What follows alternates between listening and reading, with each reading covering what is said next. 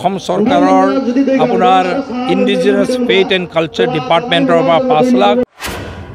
মোৰ MLA পুঁজিৰ পৰা 10 লাখ মোৰ ফালৰ পৰা অৰিহণা আগবঢ়াই সামান্য অৰিহণা আগবঢ়াই এই ৰাইজৰ যি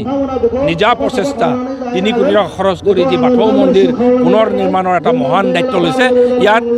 সহযোগিতা আগবঢ়াবলৈ আজি মই উপস্থিত হৈছোঁ আমি খুব সুখী হৈছোঁ এই ইয়াত গোল্ডেন জুবলি ইয়াৰৰ কাৰণে 50 বছৰ হ'ব আৰু 4 বছৰৰ পাছত তাৰ আগতে 3 কোটি টকা খৰচ কৰি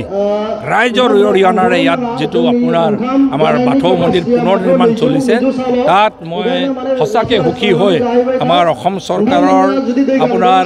ইণ্ডিজিনাছ ফেইথ এণ্ড কালচাৰ ডিপাৰ্টমেণ্টৰ পৰা 5 লাখ আৰু মোৰ MLA পুঁজিৰ পৰা 10 লাখ মোৰ ফালৰ পৰা অৰিহণা আগবঢ়াই সামান্য অৰিহণা আগবঢ়াই এই ৰাইজৰ যি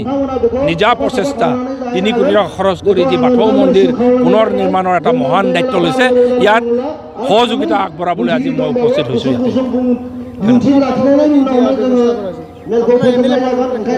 10 লাখ টকা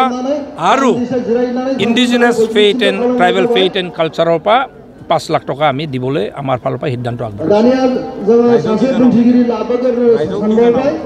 ৰাইজক মই আহ্বান জনাইছোঁ যে ইমান সুন্দৰ প্ৰচেষ্টা মই ভাবোঁ এইটো এটা উদাহৰণ হওক আমাৰ সমাজৰ কাৰণে যে সমাজে ৰাইজে যদি আপোনাৰ নখ জোকাৰে নদী বব বুলি এইকাৰণে ইয়াত যোনটো হৈছে মই সঁচাকৈ মই উৎফুল্লিত জনগণে যে এনেকৈ নিজৰ প্ৰচেষ্টা যে 3 কোটি টকীয়া এটা ডাঙৰ প্ৰকল্প যে লৈছে তাৰ কাৰণে মই ৰাইজক ধন্যবাদ জ্ঞাপন কৰিছোঁ আৰু সকলোকে সহযোগ কৰিবলৈ আহ্বান জনাইছোঁ